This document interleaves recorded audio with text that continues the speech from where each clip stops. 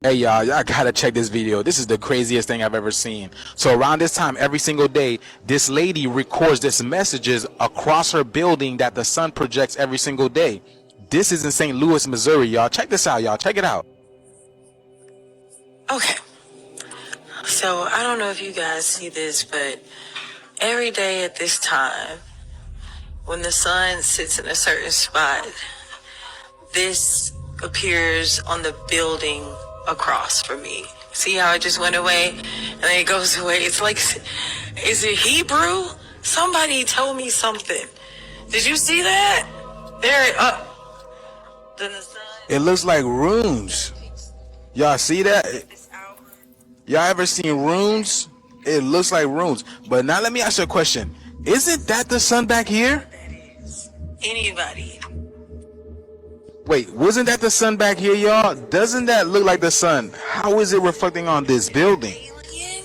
What does this mean? What is this, y'all? How is that possible? There is a monster lurking in Mongolia. This is the Mongolian death worm, and according to legend, this creature is said to exist in the far reaches of the Gobi Desert. In 1926, paleontologist Roy Chapman Andrews was in Mongolia when he heard many secondhand accounts from locals warning of the death worm. It's said to mainly live underground, but will surface to hunt. It's been described as being dark red in color, having a mouth full of razor-sharp teeth, is anywhere from 2 to 7 feet long, and it is to be avoided at all costs. The death worm is said to have the ability to spit venom at its prey, mainly livestock and humans, which is corrosive enough to burn through metal. And it's been reported to have the ability to electrocute its victims from a distance as well. In fact, one of Mongolia's former prime ministers was once quoted as saying that its skin is so poisonous that merely touching it means you're done for. Now, legends of this cryptid actually inspired stories like Dune and Tremors. And although many explorers have gone to the Gobi Desert to prove its existence, no proof exists just yet. If it is real, some think that it could be something like a misidentified worm lizard or sand boa. But what do you think? Make sure to leave a comment and let me know what cryptid you want to hear about. Is Antarctica the key to flat Earth? Admiral Richard Byrd led 4 expeditions to Antarctica, the 4th being Operation High Jump. In 1954, he spoke on TV of an area bigger than the U.S., never seen by human beings, and that within 180 miles beyond the South Pole, his team found enough coal in a mountain range not covered in snow to supply the whole world for quite a while. 1957, Byrd dies of a heart issue in his sleep at 68 years old. 1 year later, 1958, NASA was formed, directing attention away from Antarctica and instead up to the moon. 1959, a year later, the UN treaty outlawing public travel south of the 60th parallel was enacted. Then a few years later, 1962, high-altitude nuclear tests were conducted, and they were called Operation Fishbowl. And now there are trillions of dollars spent to explore space and Mars, but why not Antarctica? Then they're like, okay, well, let's just make sure no one can go there, and then probably they're going to go there and explore things on their own under the radar. And then Operation Fishbowl, you're trying to blast through the top. Who knows if they cracked it or what the results of such a thing were, but it seems like they very much wanted to send all the attention upwards towards the moon and Mars. And then of course we got NASA, and the fact that you've said the Chevron logo is in every space organization on the planet, which shows they are interlocked and connected. Maybe they're all perpetuating the same lies. Very interesting. It's also kind of a Freemasonic symbol. It's kind of the compass. So who runs these space agencies? What is their true agenda? And are they just trying to distract away from anyone realizing where we really are? So Tesla owners are facing a bigger issue as of late, y'all. Tesla owners are saying that their car is making them sick. This lady has reported extreme fatigue, debilitating shoulder and neck pain, nosebleeds, nausea, as well as hair loss. A former Tesla owner has claimed that she has experienced nosebleeds, hair loss, and debilitating body pains while using the vehicle she purchased in 2021.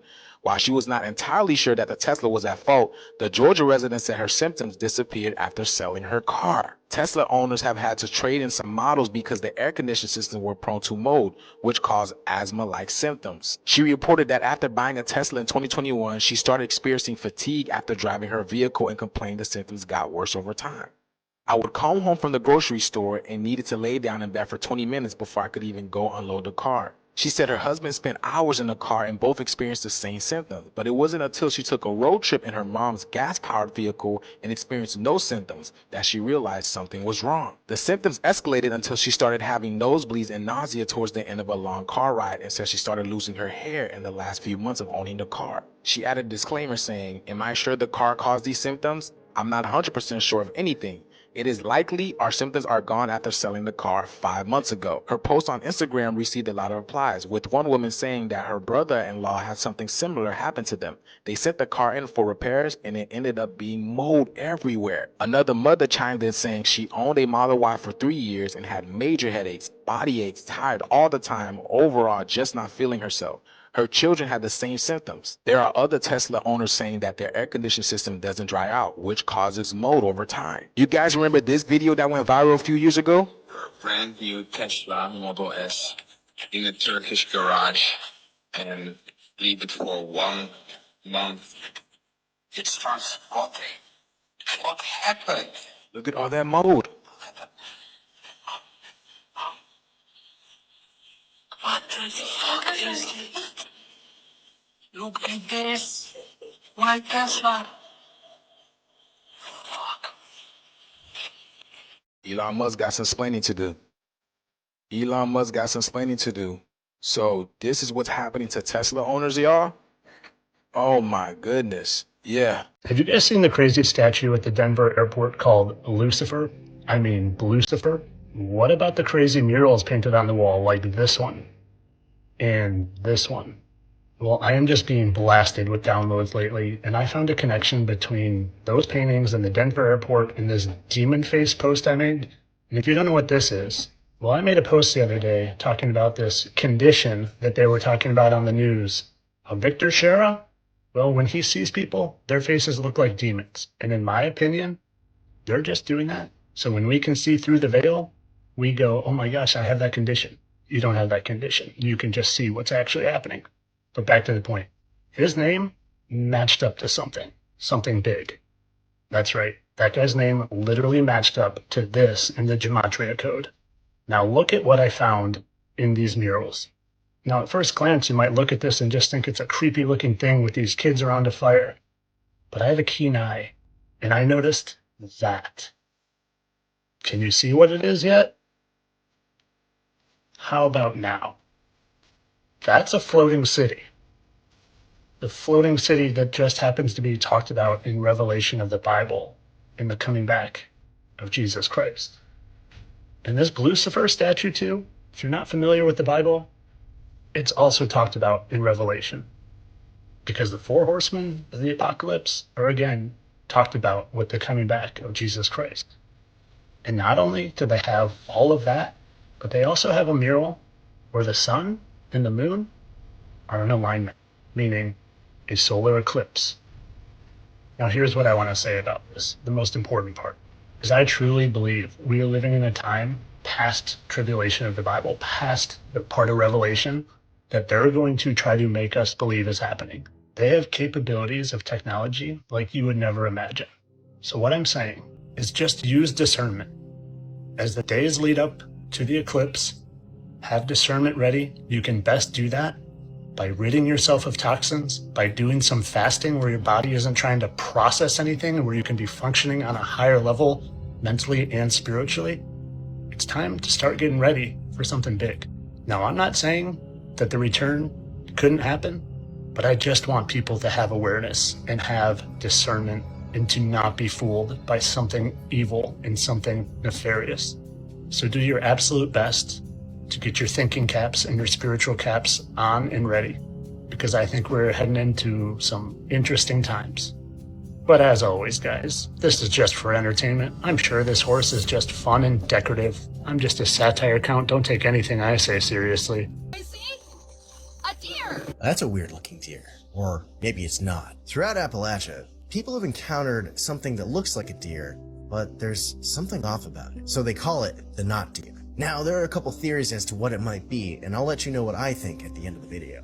According to the stories, people who have seen these things think it's a deer, but when they get closer, they can tell that it's something else. Some accounts report intelligent human-like eyes, more like that of a predator, even extra eyes as well as sharp teeth. Their body proportions are all wrong too, and some report that they have a human-like torso. They also have the ability to walk on their hind legs, which are often misshapen and they bend at unnatural angles. Their movements are often jagged and aggressive, and if they see you first, they may move towards you with an unnerving precision. Some think they're actually skinwalkers, wendigos, or some kind of cryptid. However, skeptics think that what people are seeing is actually deer with chronic wasting disease, a prion disease that affects the brain. Now, I think that explanation makes a lot of sense, but there is some strange stuff that's reported in Appalachia. People are seeing these deer-like creatures that don't have the hallmarks of chronic wasting disease. They're something else entirely. I think it's possible that people are seeing some kind of creature. Maybe a mutated species perhaps, or something supernatural. But what do you think? Make sure to leave a comment and let me know what cryptid you want to hear about next. We hyper-focus on the things we can see and the physical, and we completely cut out the unseen, and that has a lot of implications for a society and an individual, wouldn't you say? One of our most telling modern vices, that we don't think anything is real unless it is literally so. We lay enormous store by facts, but there's more to life than facts. Earlier cultures, their worldview was primarily metaphorical, or rather, I would say that their worldview was embedded in a vision that preceded the division of the metaphorical from the literal. That it's only in modern times have we distinguished between metaphorical and literal. So, for example, the literal worldview thinks that myths are untrue.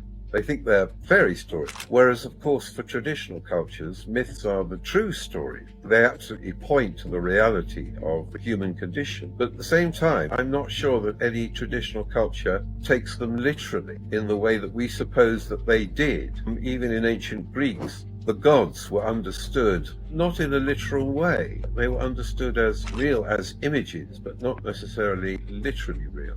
It's a very, very hard distinction for us to make because we are so literal-minded. So it's easy for us to dismiss all the products of the imagination as if they were mere fiction.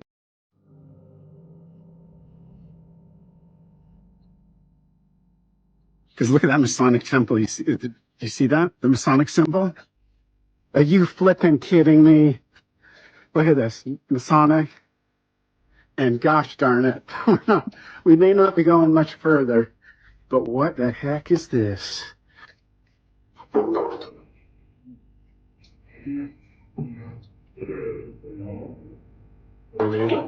That is completely obnoxious.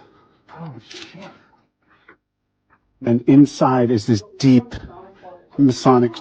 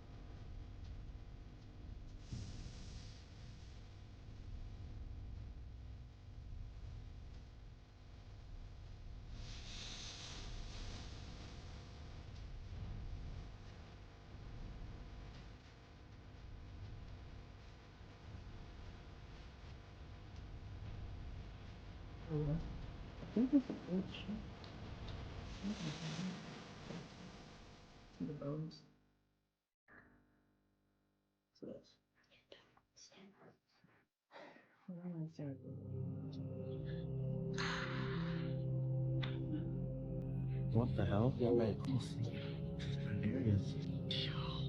This is extremely deep water. No.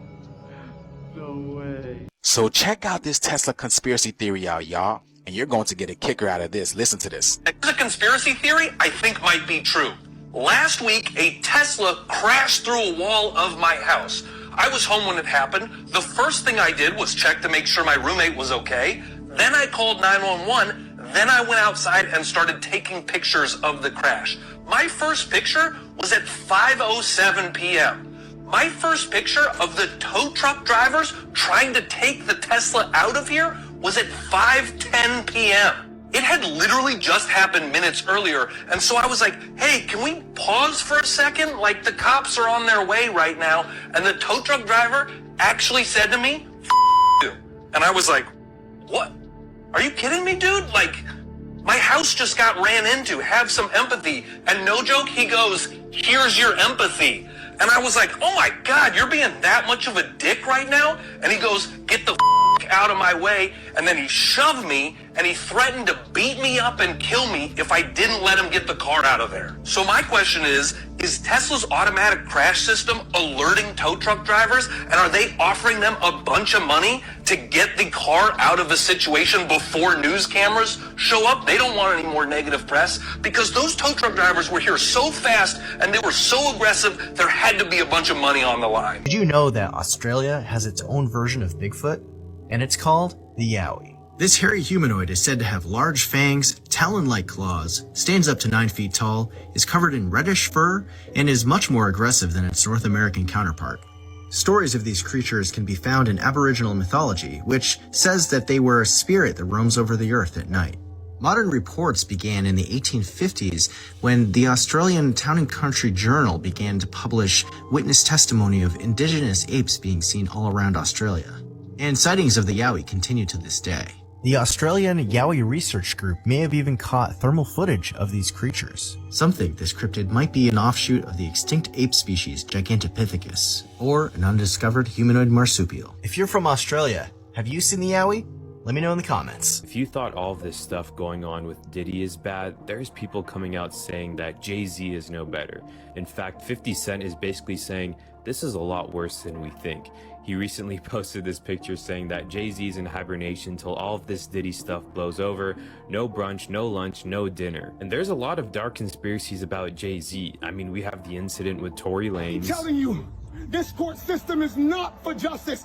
It's about wins and losses, and they do dirty to do whatever they can. Jay-Z, let me speak to you because my son refused to sign a Nation deal with you. The conspiracies about Kathy White and what happened to her. The conspiracies with Aaliyah. Allegedly, Sean Carter is responsible for enacting Hype Williams to put Aaliyah on a faulty plane to move her out the way as punishment for rejecting him, and so he could level up Beyonce. And never forget when he wore this sweatshirt that says, do what thou wilt, which is literally a satanic mandate. This is called Newsbenders from 1968. This wasn't made by a bunch of truthers. This is BBC. Told you this. You're going to make this happen? No. We're going to make models much cheaper than we photograph the models. Fake newsreels? Fake newsreels. For the past 10 years, people have been looking at our fake newsreels and listening to our fake commentary. And they accept it for the truth. And you can do it. Stop 100 people in the street. How many of them have actually seen a missile or a satellite? They're just told they exist and they believe it. Yes, you're getting there. Nearly would. You didn't really believe there were all these things whizzing about up there, did you? Sputniks and rockets. Astronauts crossing their legs for 8 days. How long has this been going on? Since Hiroshima. And the H-bomb, you mean, that doesn't work either? Right. Dirty. Very, very dirty. What was your first reaction? Relief. Oh, yes. Yes, it has to be relief. You say you can put out what pictures you like on television. Doesn't anybody try to stop you? No, nobody wants to. 99.386% of the population wouldn't believe this conversation. And the rest are working for us. They're the top minds, the really responsible people. Scare an ostrich, buries its head in the sand. You scare a hedgehog, it rolls itself up into a ball. When a woman's frightened, she goes out and buys herself a hat. You mean you scare us so that we'll buy more, so that money moves quicker, production moves up? We don't say scare when we talk about human beings. We say threaten them emotionally. And there are all sorts of ways, not just the big ones like the hydrogen bomb. Overcrowd them a little with bad planning. Sell them too many motor cars. Anything to keep them a little bit removed from reality. Nowadays, people don't work for money. They work for the idea of money. They don't even love for love. They love for the idea of love. They only hate for the idea of hate. It took us 5 years to find a non-addictive D, gave them nice little hallucinations. Make them talk like 3-year-olds. Throw flowers at policemen. Politicians are easy to control. The grosser mentality boys who like to be photographed getting in and out of Daimlers and Whitehall. They come right at the bottom of our organization. A few rungs up the ladder, there are the people in the top secret factories. Just those in a position to know they're making weapons that don't really work. There's come a time when somebody wants to use one of those weapons. I mean, somebody is standing there with a finger on the button.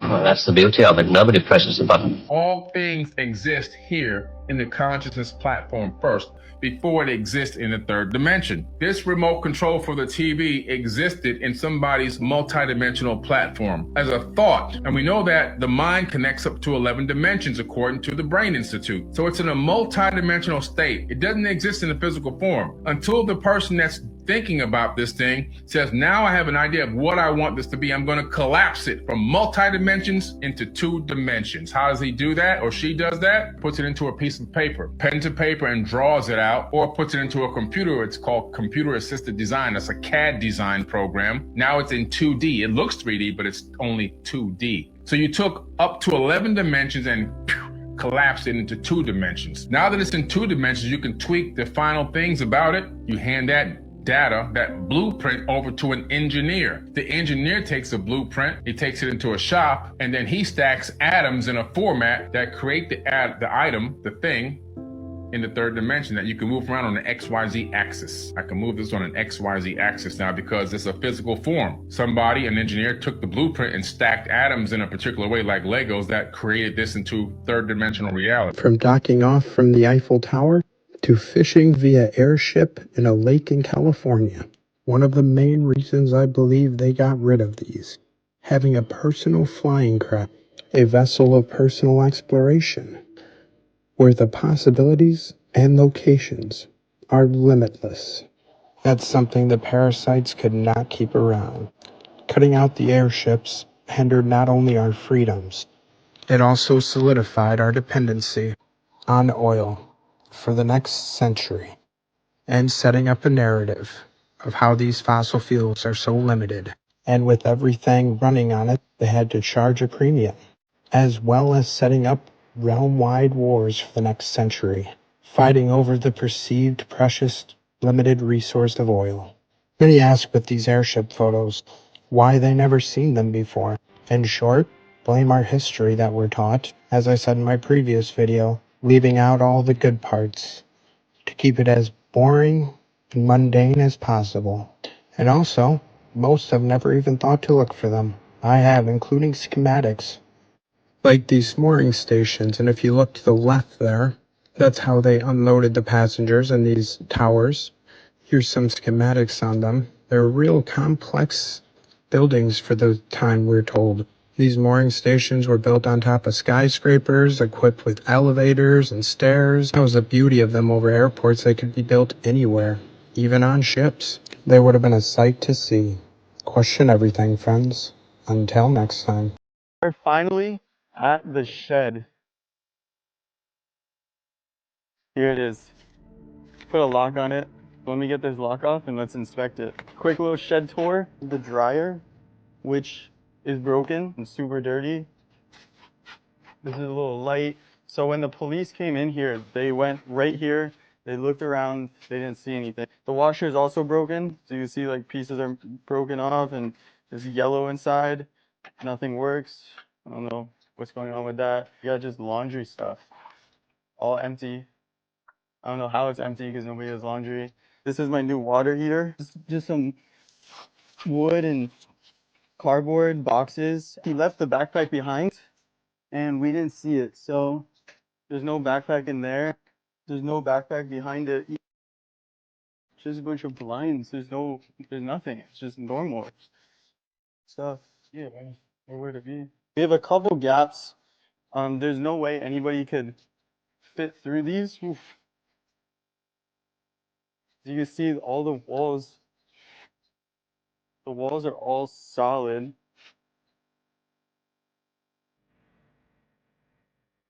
Let's walk around the outside. And there's the Ring camera that picks up the whole thing. You can see it's right there. This is all solid.